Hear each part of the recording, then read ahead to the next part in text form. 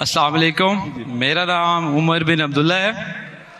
آج چونکہ ٹاپک قرآن پہ تھا اور اس کی آیات کے اوپر تھا، تو میرا سوال شاید کلیئرلی ابھی میں سمجھا نہ سکوں، کیونکہ میرا سوال مسلمانوں کے بارے میں یہ ہے کہ ہمارے پہ کوئی بھی حملہ دہشت گردی کا ہوتا ہے کسی اداروں پہ، اسکول پہ یا پولیس پہ، تو اس میں قرآن کی ریفرنس ہی دے کے اس کو جہاد کا نام دیا جاتا ہے، اور ہمیں اس نام سے بڑی کنفیوژن پیدا ہو گئی ہے۔ اور چونکہ آج کے دور میں جو نام جہاد کا لینا وہ بڑا مشکل ہو گیا ہے۔ بس یہی سوال ہے۔ بھائی صاحب کا بہت اچھا سوال ہے۔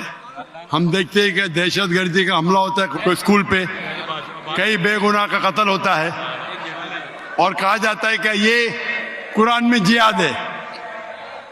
اس کا پرابلم کون ہے؟ ہم مسلمان قرآن پڑھتے ہیں لیکن سمجھتے نہیں۔ میرے بیٹے نے تقریر کی تھی کراچی میں، کیا قرآن کو سمجھ کے پڑھنا ضروری ہے؟ اگر ہم قرآن کو سمجھ کے پڑھیں گے اور قرآن کو سمجھیں گے تو کوئی بھی دہشت گرد آپ کو بیوقوف نہیں بنائے گا۔ آپ بیوقوف بن جاتے کیونکہ وہ دہشت گرد بولتا ہے کہ اسکول میں اٹیک کرو، بچوں کا قتل کرو، آپ جنت جائیں گے۔ یہ جتنے دہشت گرد ہیں نا، ان کو غیر مسلمان اکثر غیر مسلمان ان کو سپورٹ کرتے، غیر مسلمان سپورٹ کرتے اسلام کو بدنام کرنے کے لیے، ان کو پیسہ دیتے اور قرآن کی آیت کو آؤٹ آف کانٹیکسٹ غلط حوالہ دے کے پیش کرتے۔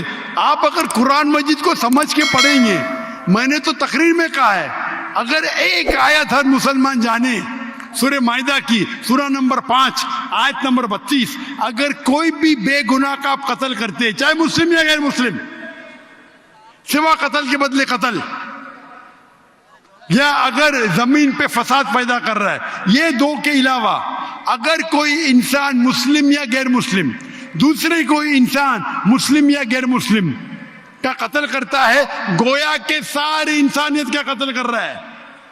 اور اگر ایک انسان دوسرے انسان کا، چاہے مسلم یا غیر مسلم ہو، اس کی جان بچاتا ہے تو گویا کہ ساری انسانیت کی جان بچا رہا ہے۔ اگر یہ آیت آپ اپنے دماغ میں ذہن میں رکھے تو کوئی بھی دہشت گرد آپ کو بیوقوف نہیں بنا سکتا ہے۔ غلطی کس کی؟ آپ کی۔ ڈاکٹر ذاکر نائک نے کہا ہم جا کے چیک کریں گے، گھر پہ جا کے کھولو سورہ مائدہ سورہ نمبر 5 آیت نمبر 32 ترجمہ پڑھو، اور آپ کو پتا ہے کہ قرآن میں کبھی بھی کانٹرڈکشن نہیں ہے، کبھی بھی ٹکرار نہیں ہے۔ تو ایک آیت آپ کے دماغ میں آپ یاد کر لو، کوئی بھی دہشت گرد آپ کو بیوقوف نہیں بنا سکتا ہے۔